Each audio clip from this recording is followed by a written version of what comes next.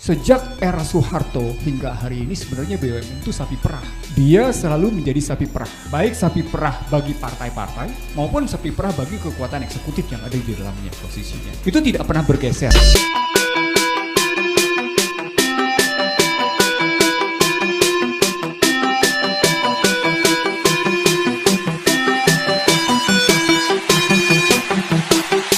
Sejak era Soeharto hingga hari ini sebenarnya BUMN itu sapi perah. Dia selalu menjadi sapi perah. Baik sapi perah bagi partai-partai maupun sapi perah bagi kekuatan eksekutif yang ada di dalamnya posisinya. Itu tidak pernah bergeser sesungguhnya. Beberapa saya narasumber untuk Kementerian Negara BUMN sampai dengan Rini Sumarno kemarin posisinya gitu bos. Setelah Erik, saya tidak tahu kenapa.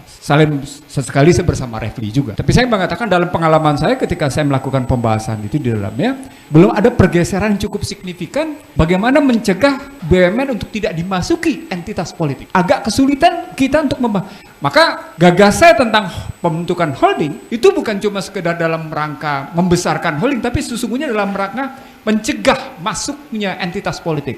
Jadikan dia sepenuhnya sebagai entitas BUMN, state-owned company, yang memang menjalankan tugas konstitusi seperti yang Rocky bilang, tapi bukan cuma sekedar distribusi. Ada tiga dia punya peran pendaya gunaan sumber daya, memproduksi sumber daya, dan kemudian distribusi. Itu kata kunci penting. Contoh di posisi sejumlah teman-teman di 2000, katakan sebelum era Joko Widodo.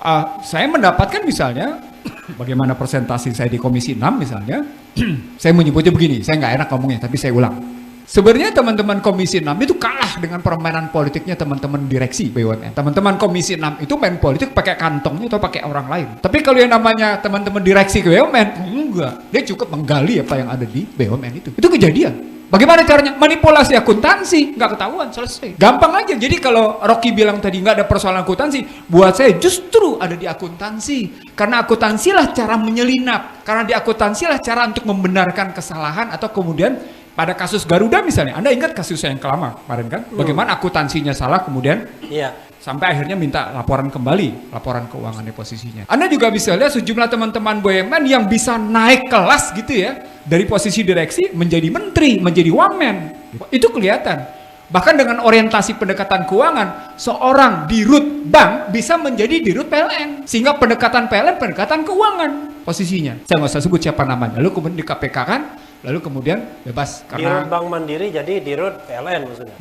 Bukan Mandiri kebetulan. Oh, bukan. Lalu kalau disebut Dirut Mandiri bahkan hebat. Jadi Menteri Keuangan dan jadi Gubernur BI. Hebat kalau Dirut Mandiri. Bahkan Dirut Mandiri bisa menjadi Menteri Kesehatan. Yang sebelumnya adalah Inalum. Artinya sesungguhnya transaksi-transaksi itu bukan transaksi biasa. Secara akuntansi mungkin susah dibuktikan secara akuntansi. Karena memang transaksi biasa. Tapi kalau kita ada di dalamnya, saya pernah ada di dalamnya, seorang komisaris utama melapor pada saya karena saya tidak setuju. Dia bilang, "Bang, gue minta maaf. Ini gue lakukan juga untuk membiayai sebuah kepentingan politik." Saya bilang gue nggak setuju dan jangan pernah letakkan tanda tangan gue di situ di dalamnya. Itu barang kejadian. Artinya sesungguhnya kalau kita mau lihat dalam kerangka itu problem mendasar. Ya tadi kalau Rocky cerita mengumpulkan sejumlah komisaris tapi ternyatanya politik, itu bukti betapa sulitnya memisahkan entitas politik dengan entitas bisnis. Ada gagasnya. Gagasnya gimana? Dulu ketika saya... Tapi saya interupsi sedikit, Mas Eko ikut nggak pertemuan kemarin? Oh nanti silakan.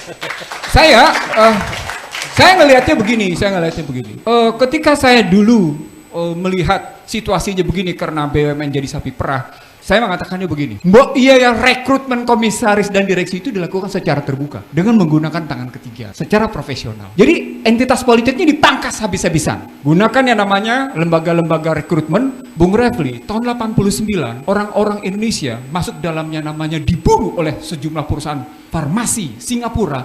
Itu namanya merekorporate perusahaan-perusahaan pemburu sumber profesional. Saya ada di dalam situ dan saya tahu bagaimana cara perusahaan-perusahaan itu memburu tenaga-tenaga profesional. Gagas itulah yang kemudian saya pindahkan ke BUMN agar Menteri Negara BUMN mengeluarkan kebijakan atau paling tidak pemerintah dalam rangka merekrut direksi dan komisaris itu dengan model begitu tadi. Itu gagas pertama misalnya. Gagas kedua berikutnya, semua BUMN neracanya diumumkan dong. Bukan hanya neraca BUMN yang statusnya perusahaan terbuka, tapi yang tidak terbuka tidak. Kenapa? Karena milik negara, berarti milik rakyat. Rakyat wajib tahu sesungguhnya. Itu yang kedua. Yang ketiga yang paling penting adalah jika ada sesuatu yang misalnya begini, contoh sederhananya. Ini kejadian di era presiden sekarang. Saya menyebut sejumlah perusahaan melakukan strategic transfer pricing. Dan itu dibuktikan oleh badan pemeriksa keuangan. Gak apa-apa tuh, gak apa-apa. Gimana ceritanya? Padahal itu juga jadi pembicaraan penting di pansus. Tapi gak apa-apa, fine-fine aja tuh. Gimana? Artinya sesungguhnya, kita begitu menghamba pada kekuatan modal dan pada saat yang sama, kita juga membenarkan entitas politik dan entitas bisnis itu bergabung jadi satu. Itu yang kalau dilihat dalam kerangka itu. Nah, pengalaman seperti ini sesungguhnya menggambarkan belum ada perubahan signifikan dalam kultur memanage BUMN, gitu ya. Saya ambil contoh lagi satu. Termasuk 1,5 tahun terakhir atau hampir 2 tahun terakhir. Saya ngambil contoh yang paling akhir deh. Yang paling akhir aja. Ada sebuah BUMN digabung jadi satu. Dia bisa tuh menyatakan bahwa level dia itu selevel menteri. Sehingga ketika penandatanganan kerjasama dia tidak mau hadir karena yang mendatang itu bukan menteri, cuma sekjen. Saya nggak usah sebut siapa. Sampai sebegitu rupanya dia memposisikan dirinya gitu posisinya. Ini baru kejadian belum lama gitu. Dan luar biasa. Jadi ada perilaku anak-anak direksi yang karena rekrutmennya tadi tidak menggunakan metode General Personnel Index-nya benar, Career Path Analysis-nya benar, Performance Appraisal-nya benar. Ya akibatnya begitu, pakai jalur politik jadilah begitu. Kalau pakai bahasa saya, jilatnya benar gitu ya. Ya udah, jadi begitu.